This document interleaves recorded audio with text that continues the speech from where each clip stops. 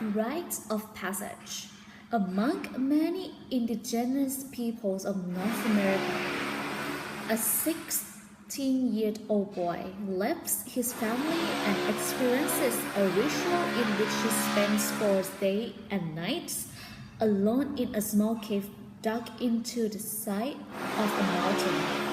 He experiences cold, hungry, thirst, fear, and sleeplessness.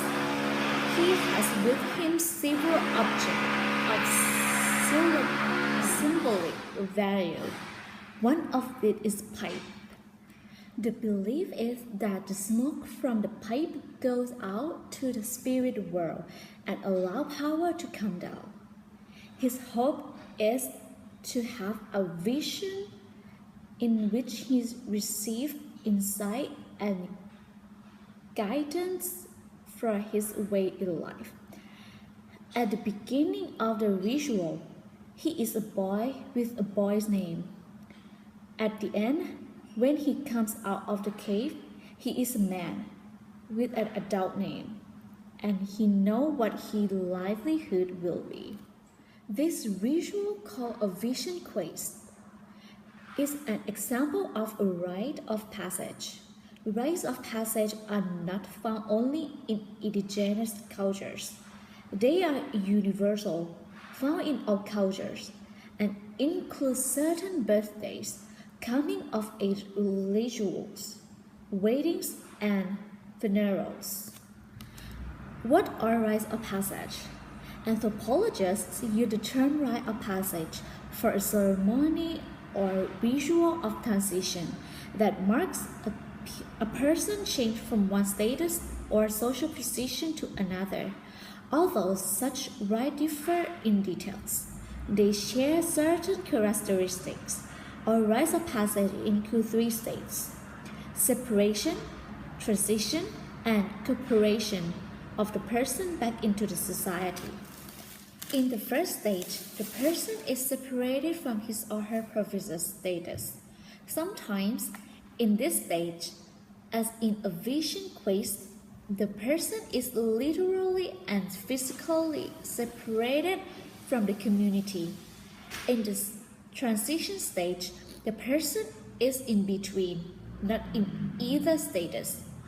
In the last stage, the person rejoins the society, now with the new status.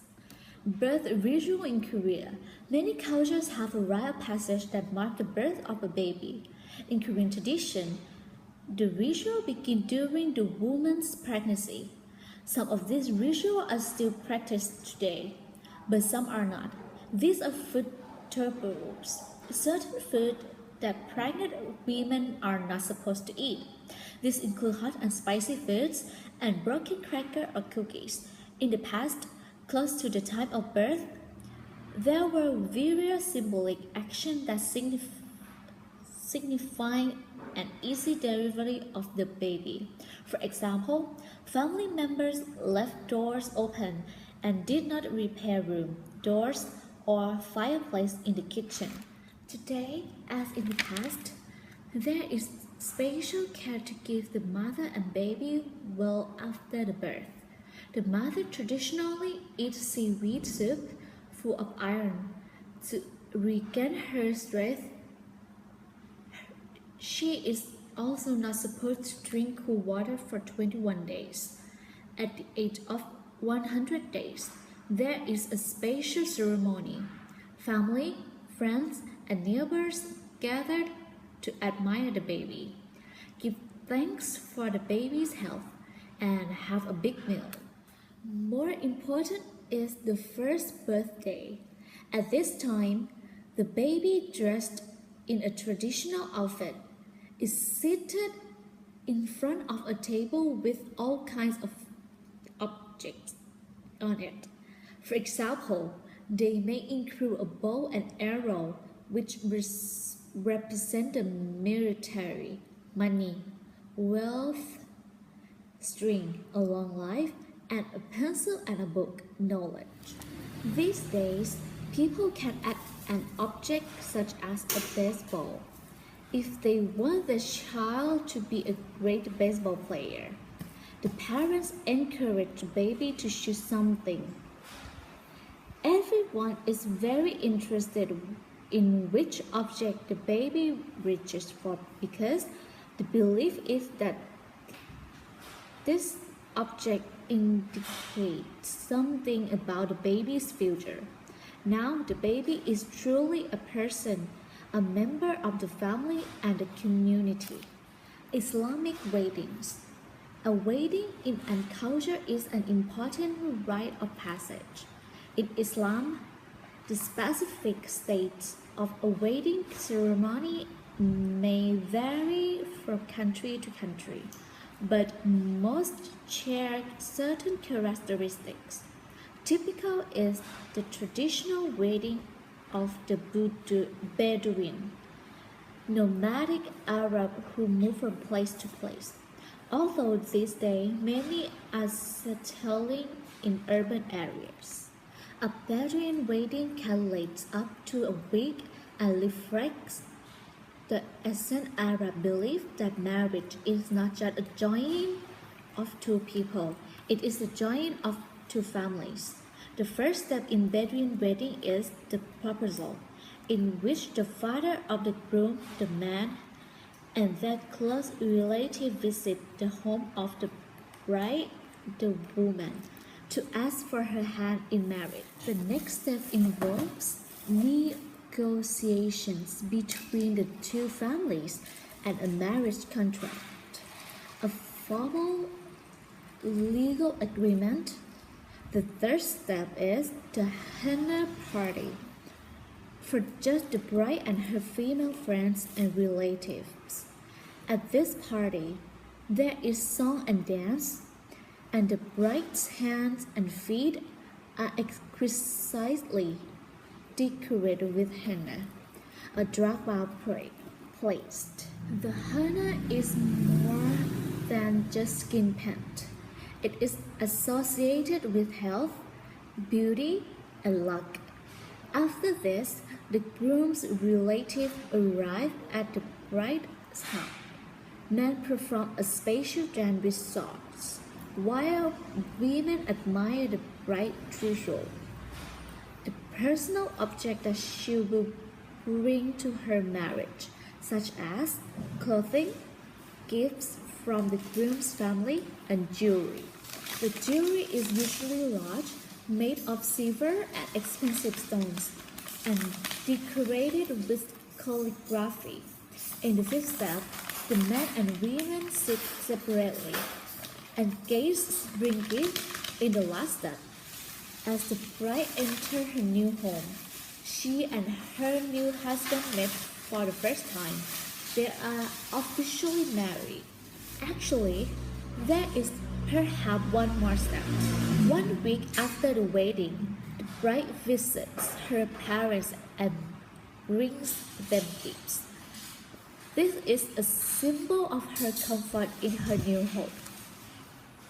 Funeral in Thailand. A person's final passage is death. Every culture had a ritual in which the person and his or her family make this transition. In Thailand, a Buddhist country, people believe that after death, the person is born again in another body. Everything the person did in life, both good and bad, determines whether the next life will be a good one or not.